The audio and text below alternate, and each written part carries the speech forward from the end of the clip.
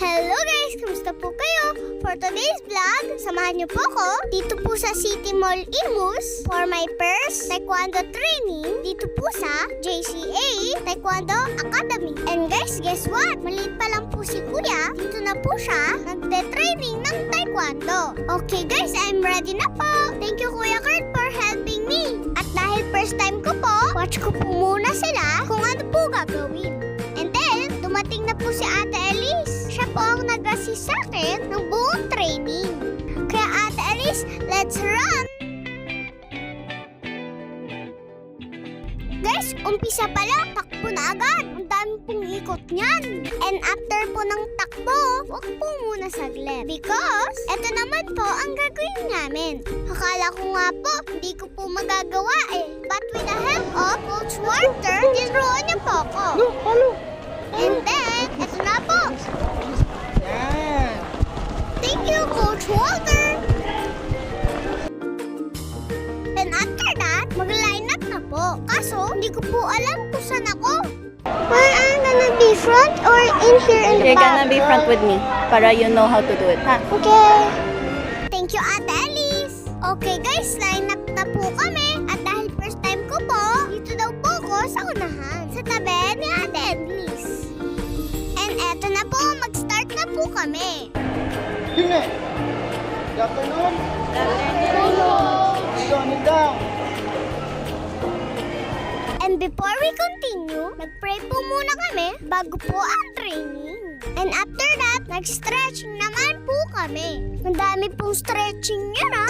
5, 4, 3, 2, 1. 5, 4, 3, 2, 1. 6, 5, 4, 3, 2, 1. Tapos guys, look niyo po to. Dito po ako nahihirapan eh. Naka-split. Tapos ganito po. 2, 3, 4, 5, 6, 7, 6, 5, 4, 3, 6, 5, 4, 3, 2, 1.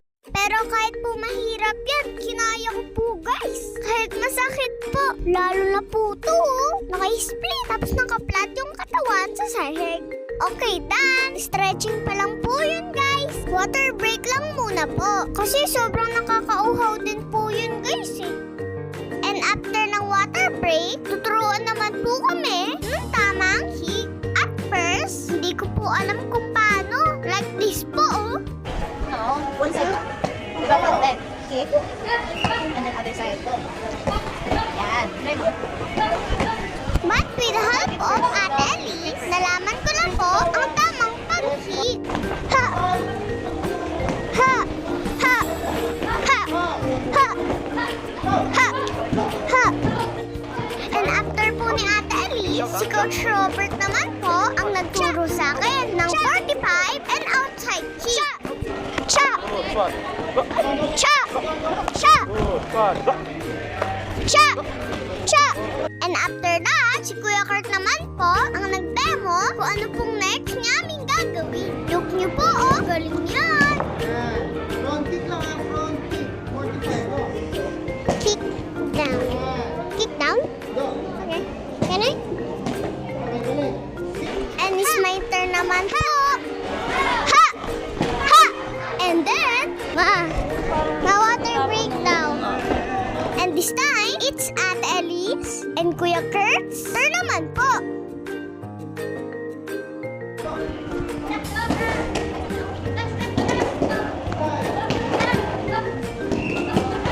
Ang galing po nila guys, di ba? And after po nun, sparring naman po ng mga higher belt. Di pa po kasi ako pwede eh. Because, need ko po mag-training ng madaming beses. Kaya, kumain na lang po ako dito. Sarap! And after po ng sparring, it's time to cool down. 3, 4, 5, 6, 7, 8, 9, 10. 1, 2, 3, 4, 5, 6, 7, 8, 9, 10, 6, 5, 4, 3, 2, 1. And after that, Kyle, inyo? Thank you. Hey, don't. Happy. we're done! Oh guys, in case gusto nyo din pong matuto ng Taekwondo, check nyo po ang page ng JCA Taekwondo Academy. And guys, Ang masasabi ko po sa first day ng training ko po dito is nakakapagod but sobrang enjoy po because nagkaroon po ako ng mga bagong friend. Caring po yung mga higher belt. And mababait and magagaling ang mga coaches. Kaya I'm sure next week po, nandito po ulit ako. Kaya po guys, mag-enroll na din po kayo. O guys, dito na